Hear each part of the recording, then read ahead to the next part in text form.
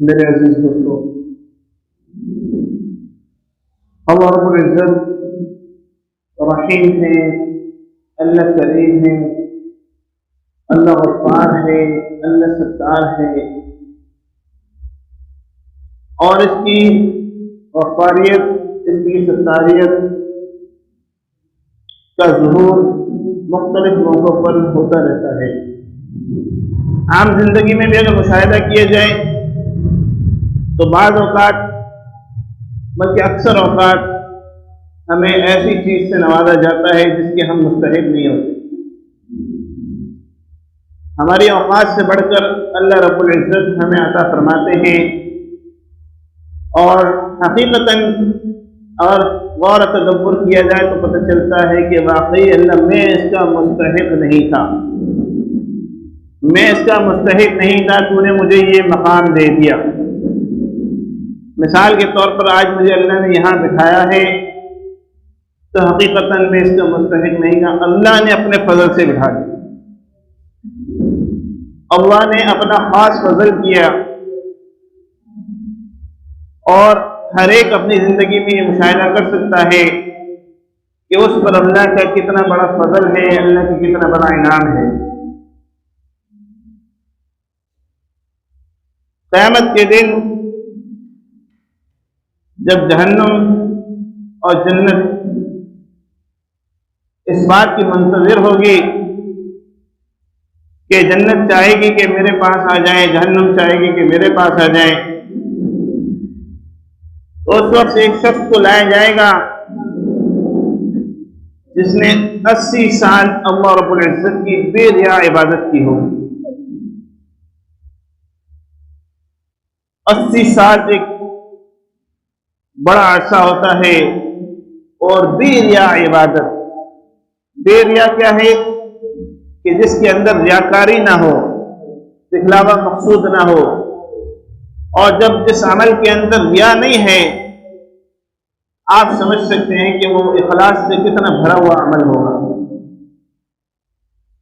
तो ऐसे इखलास के साथ जिसने 80 साल अल्लाह की इबादत की हो उसके बारे में अल्लाह हुक्म देंगे फरिश्तों से कि इसे मेरे फजल से जन्नत में दाखिल कर दो, इसे मेरे फजल से जन्नत में दाखिल कर दो। तो वो बंदा कहेगा या अल्लाह, आप फरमा रहे हैं कि अपने फजल से यानी अल्लाह के फजल से जन्नत में दाखिल कर दो, तो अल्लाह मैंने जो 80 साल आपकी इबादत की उसका क्या बना? 80 साल मैंने आपकी जो बेरिया इबादत की है उसका क्या बना? 80 साल इबादत करने के बाद भी अल्लाह ये कहे, अल्लाह ये फरमाए कि इसे मेरे फजल से जन्नत में दाखिल कर दो, तो अल्लाह रब्बुल इज़्ज़त ने फरिश्तों को हुक्म दिया कि इस शख्स को जहन्नुम के गिर्द चक्कर लगा कर आओ, जहन्नुम के अंदर नहीं, जहन्नुम के गिर्द एक चक्कर लगा कर ले आओ। अब जब फरिश्तों ने हुक्म की तामील की और जहन्नुम के गिर्द जब चक्कर लगाया है इसे, तो चूंकि जहन्नुम की गर्मी, उसकी तपिश की वजह से उसे प्यास लगी, तो कहने लगा पानी पानी, मुझे पानी पिला दो। तो फरिश्तों ने कहा यहां पानी तो ऐसे ही नहीं मिलता, उसकी तो कीमत अदा करनी पड़ती है। अगर तुम कीमत अदा कर दो तो हम तुम्हें पानी दे देते। तो उसने कहा कि भाई क्या कीमत है, पानी की क्या कीमत है? तो फरिश्तों ने कहा कि यहां तो पानी की कीमत 40 साल की इबादत है।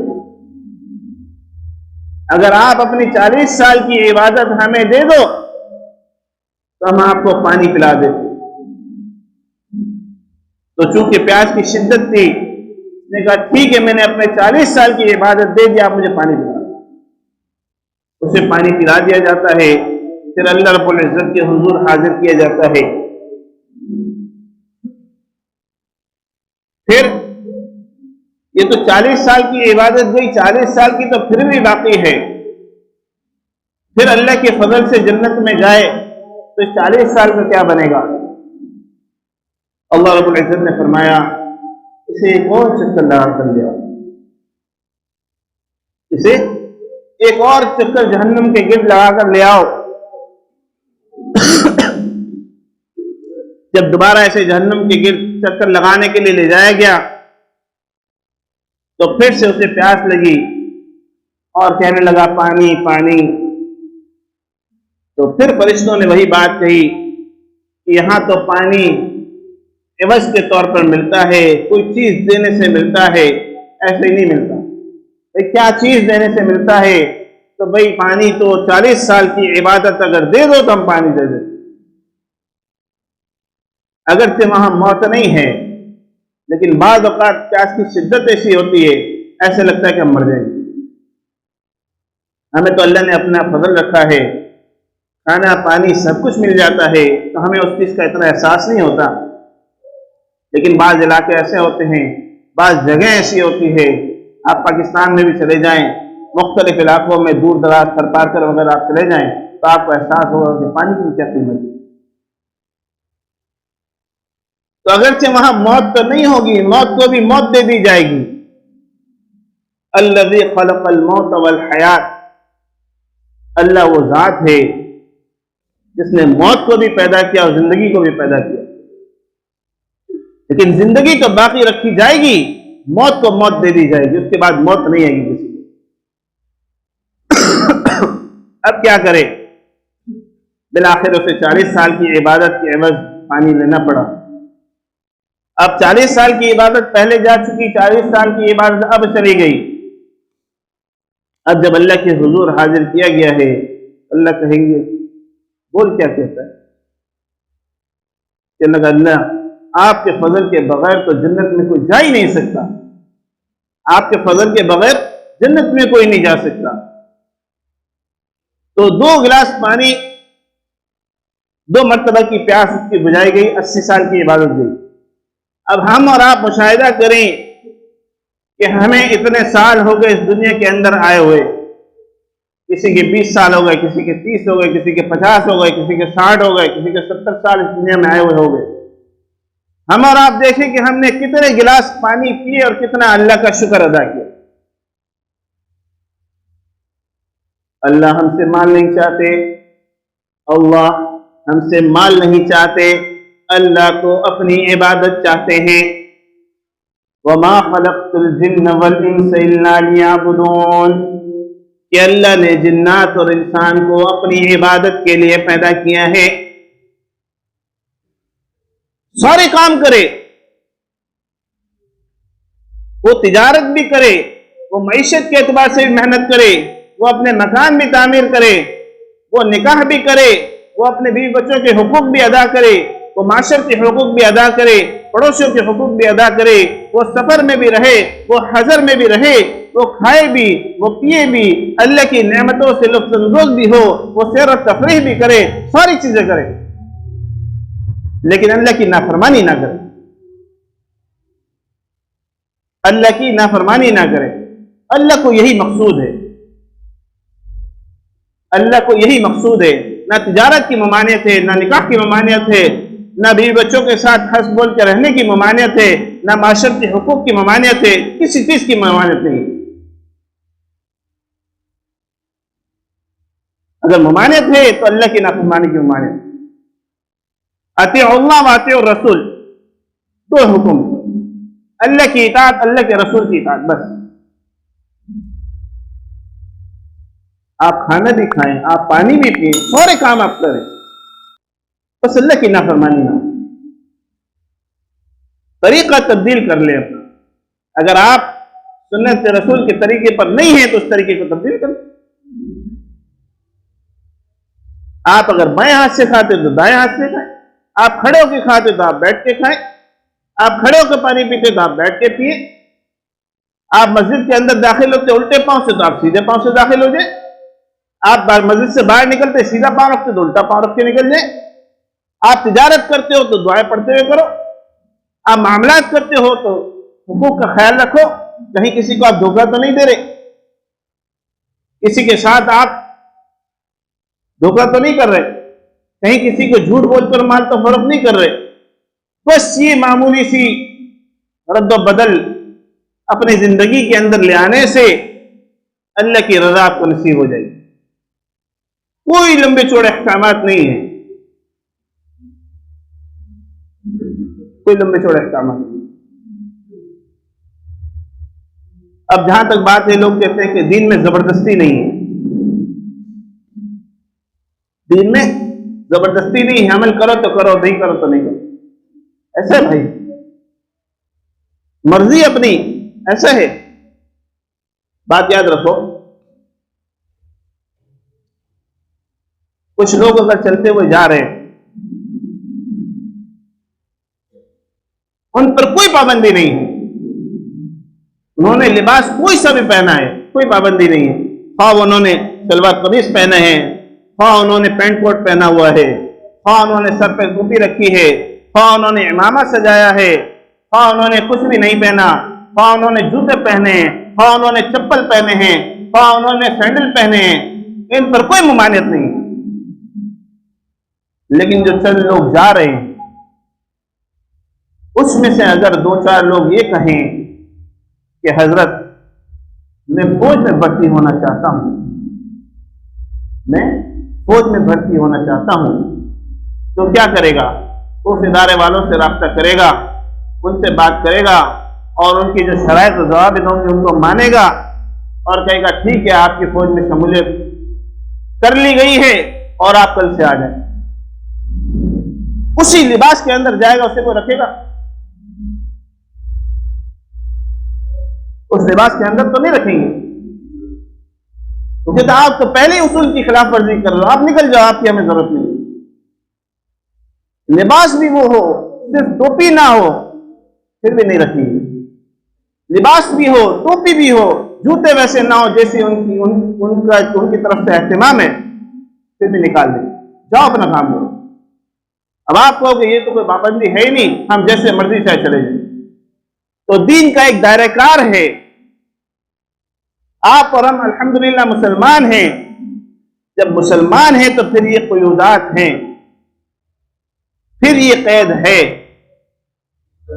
अद्दुन्या सिजनुल मुमिन व जन्नतुल काफिर, नबी करीम अलैहिस्सलातु वस्सलाम का इरशाद, अद्दुन्या सिजनुल मुमिन, दुनिया मोमिन के लिए कैद खाना है, व जन्नतुल काफिर, काफिर के लिए जन्नत है। उसके लिए तो जन्नत है, वो जो चाहे करे, जो चाहे करे। हमें तो इम्तिहान के लिए भेजा है कि तुम इम्तिहान में पूरे उतर आओ। हम कहते हैं नहीं वो ऐसे करते हैं, नहीं वो ऐसे करते हैं, नहीं वो ऐसे करते हैं। हमें तो तरीका बताए, इस तरीके पर चलकर तुम मेरे पास आ जाओ। एक मंजिल मकसूद मुकर्रर कर दी मुसलमानों के लिए, कि तुम्हें इस मंजिल पर, यहां इस मकाम पर पहुंचना है और रास्ता ये इख्तियार करना है। अब हम अगर चल पड़े, 1000 किलोमीटर का रास्ता हो, हम 600-700 किलोमीटर चल पड़े, हम कहते हैं मंजिल नजर नहीं आती, चमक दमक वहां नजर आती, दुनिया की रंगीनियां वहां नजर आती हैं, तो 600-700 किलोमीटर को छोड़कर उस तरफ चल पड़ते। नतीजा क्या होता है? ये जितना चले ये भी बेकार, उस तरफ भी बेकार, जलालत और गुमराही की तरफ बढ़ते जा रहे, फजूल, न ये काम आया न वो काम आया। बात कहां बिगड़ती है? बात यहां बिगड़ती है कि अपने आप को कुछ नहीं समझता, अपने आप को समझता ही नहीं कुछ। बात को समझ ले, बात को अच्छी तरह समझ ले। अगर कोई आलिम, कोई मुफ्ती अगर अपने आप को और आलिम और मुफ्ती न समझे तो लोगों की रहनुमाई कैसे करे? नहीं जी, नहीं जी, मैं तो आप जैसा हूं, तो लोग कैसे रहनुमाई हासिल करेंगे उससे? बात क्या है? बात यह कि अपने मकाम के अंदर पुख्ता नहीं है, जो मर्तबा अल्लाह ने उसे दिया है उसमें डगमगा रहा है। ये मैं आलिम और मुफ्ती की मिसाल देकर आपकी तरफ आ रहा हूं, फिक्र ना करें कि जब अपने मकाम को नहीं समझेगा, अपने मर्तबे को नहीं समझेगा, तो ये खुद लोगों की कैसे रहनुमाई करेगा और लोग इससे कैसे फायदा उठाएंगे? वो सालों मदरसे पढ़ता रहा, सालों क़ौलुल्लाह क़ौलुर रसूल कहता रहा, पढ़ता पढ़ाता रहा, फिर बोले नहीं जी, मैं तो बस कुछ भी नहीं हूं, कुछ भी नहीं हूं। आज भी अपनी जगह है, इनकी सारी अपनी जगह है, लेकिन मकाम को समझना पड़ेगा। यही हाल हम आम मुसलमानों का है कि मुसलमान के मकाम को नहीं जानता, मुसलमान के मर्तबे को नहीं जानता। मुसलमान तो वो है कि अगर मुसल्ला बिछा दे, अल्लाह के आगे हाथ उठा दे, तो काफिर कब तक आ जाए। कब मुसलमान ने मुसल्ला बिछा दिया? अब तो मुसल्ला बिछ चुका है। अब मुसलमान ने मुसल्ला बिछा दिया है। और इस तरह का एक वाकया भी मैंने सुना है, उस वक्त मुझे पूरी तरह याद नहीं है, लेकिन एक फौज बादशाह की तरफ आने लगी। अब बादशाह को फिक्र हो गई कि क्या करे, क्योंकि फौज आने वाली है, करीब है कि वो आ जाए। बादशाह मुसलमान था, उसने मुसल्ला बिछाया है, अल्लाह के हुजूर हाजिर हुआ है, तो वहां पैगाम भेज दिया कि ख्याल करना, मुसलमान ने मुसल्ला बिछा दिया। हम अपने मकाम को समझते नहीं। हमारा आपका मकाम अल्लाह ने हमें दिया है। ये कलमा मामूली नहीं है, ये अल्लाह अल्लाह करना। आप क्या समझते हो? ये जो अल्लाह अल्लाह करने वाले हैं, इनकी बरकत से कुफ्फार को रिज़्क़ मिलता है। ये अल्लाह अल्लाह करने वाले जो मुसलमान हैं, इनकी बरकत से कुफ्फार को रिज़्क़ मिलता है। अगर ये अल्लाह अल्लाह करने वाला कोई ना रहे तो ये दुनिया ही खत्म हो जाए, ये दुनिया खत्म हो जाए। जब अल्लाह अल्लाह करने वाला कोई ना रहेगा तो इस दुनिया की भी अल्लाह को जरूरत नहीं, दुनिया भी खत्म कर दे। पता क्या चला? पता ये चला कि इस दुनिया का वजूद, दुनिया का इस्तिक़रार, इस दुनिया का ठहराव अल्लाह अल्लाह करने वालों की बरकत से है। जिस दिन अल्लाह अल्लाह करने वाले न रहे, ये दुनिया नहीं रहेगी। तो आप बताओ कि इस अल्लाह अल्लाह करने वाले का मकाम क्या होगा? कभी हम कहते हैं कि हम मुसलमान हैं इसलिए पीछे रह गए, कभी हम कहते हैं कि हम शरीयत के पीछे लगे इसलिए पीछे रह गए, कभी हम कहते हैं कि मौलवियों ने हमें पीछे कर दिया, कभी कहते हैं कि मौलवियों ने हमें तरक्की नहीं करने दी। किसने तरक्की से मना किया है? नित नई इजाद तो कई मुसलमानों ने की है। आज भी ये हाल है आज कि अगर कोई मुसलमान साइंसी मैदान में, तहकीकी मैदान में, इकोनॉमिकल मैदान में, किसी भी मैदान में अगर आगे बढ़ता है तो उसे दबा दिया जाता है। पूरी दुनिया का आप मुशाहिदा करो, आप तारीख उठाकर देखो, आप ये मामलात देखो, आप मुताला करो कि क्या हो रहा है दुनिया के अंदर। दुनिया के किसी हिस्से से भी, किसी भी हिस्से से ऊपर उठने वाला, कोई साइंसी एतबार से हो, कोई तहकीकी एतबार से हो, कोई इकोनॉमिकल एतबार से हो, किसी भी एतबार से हो, आप उसका मुशाहिदा करें, या उसे जहर देकर मार दिया जाता है, या उस पर इतनी पाबंदियां लगाई जाती वो आगे नहीं बढ़ सकता, या उसे गुमनाम कर दिया जाता है कि मकाम से गायब। तो ये हालात हैं। ये बात नहीं है कि शरीयत आपको आगे बढ़ने से रोकती है, यह आपकी बड़ी गलतफहमी है, बल्कि इसकी नजीर तो आप अलैहिस्सलाम के दौर में भी मिलती है कि पहले तलवारों से जिहाद होता था। जब आप अलैहिस्सलाम को तीर के बारे में इल्म था, आपसे ने फरमाया कि तीर अंदाजी सीखो, तीरंदाजी सीखो। तो अगर जिद्दत की तरफ जाना मकसूद ना होता, शरीयत का जिद्दत की तरफ से रोकना मकसूद होता, आपसे तीरंदाजी से क्यों आगे बढ़ने के लिए कहते, तीरंदाजी के लिए? क्या आप तीरंदाजी सीखो? कौन सा एक ऐसा मकाम है जहां शरीयत ने आपकी हद बांधी, आगे नहीं जाना तरक्की के मैदान में? कोई सा मकाम नहीं। ये हमारे जहनों के अंदर बिठा दिया गया और हमें एक तरफ बिठा दिया गया, तुम बैठ जाओ, तुम मुसलमान हो, तुम बैठ जाओ। हम कहते हैं हाँ जी शरीयत ने बड़ी पाबंदियां लगाई। किसने कहा कि पाबंदियां लगाई? कौन कहता है कि पाबंदियां लगाई? कोई पाबंदी नहीं। हाँ, जहां हुदूदुल्लाह की बात आती है वहां पाबंदी है, लेकिन आपकी तरक्की में रुकावट नहीं है। आपकी तरक्की में रुक, यह आपकी हमारी गलतफहमी है।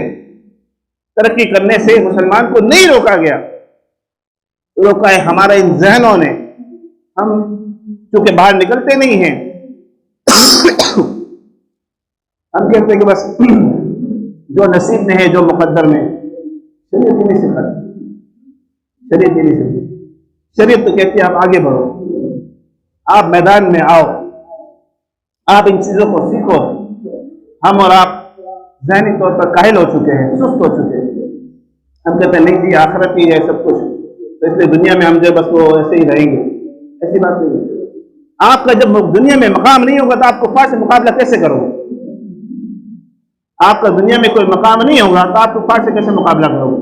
आपको माल और दौलत की भी जरूरत है, इसलिए आपको असबाब की भी जरूरत है, आपको हथियारों की भी जरूरत है, आपको इतनी बमों की भी जरूरत है, आपको सारी चीजों की जरूरत है। आप हासिल करो। आपको किसने मना किया? वो गलतफहमी अपने जहनों से निकाल दो और मैदान में आगे बढ़ो। कोई सा भी मैदान आप आगे बढ़ो, आप शरीयत के दायरे में रहते हुए काम करो। आपको किसी ने मना नहीं किया, बस शरीयत के दायरे से आप बाहर ना जाओ, अल्लाह की नाफरमानी ना हो, अल्लाह के रसूल का तरीका तर्क ना हो। आप इस लिबास के अंदर भी जाओ, कौन मना करता है? आप बस आपके अंदर मजबूत हो। आप वहां जाकर अगर शर्म महसूस करते हो तो ये मतलब आपके अंदर कमजोरी खोट है। शरई लिबास के अंदर सब जगह जाओ। जाते हमारे उलमा जाते, हमारे अकाबरीन थे, वहां उनका उसी तौर से एजाज और इकराम किया गया है। अब वक्त ही नहीं, मैं क्या सारी बात आपको बताऊं? तो ये बात नहीं है, शरीयत ने किसी तरीके से नहीं रोका है। आप करो, आप उस तरफ भी जाओ, कोई मना नहीं। बहरहाल आज अल्लाह ने कुछ और ही बात कराने मकसूद की अल्लाह की तरफ, वरना आयत तो मैंने कुछ और पढ़ी थी। तो बहरहाल ये है कि ये काहिली, ये सुस्ती हमारे अंदर से निकल जाए। उमूमी तौर पर एक काहिली और सुस्ती हो गई हमारे अंदर, तो कोशिश करें इसे दूर करें, हर मैदान में आगे बढ़े, जस्तजू करें, देखें, बस शरीयत को मजबूती से थामे रखें और आगे जाए। दीन के मफाद को आपके दिल के अंदर हो कि दीन का मफाद कैसे हो और दीन की तरक्की कैसे हो जाए और मुसलमान पूरे आलम पर कैसे छा जाए। आप ये सोचो, फिर आप पूरी दुनिया में जाओ। बस आपका दिल मजबूत हो, आप इधर उधर ना हो, कहीं ऐसा ना हो कि उनकी ऊंच नीच देखकर आप बोलो कि यार वो बड़ी तरक्की करने वाले। अल्लाह रब हम सबको अमल करने की तौफीक अता फरमाए। बाक़ी अल्हम्दुलिल्लाह।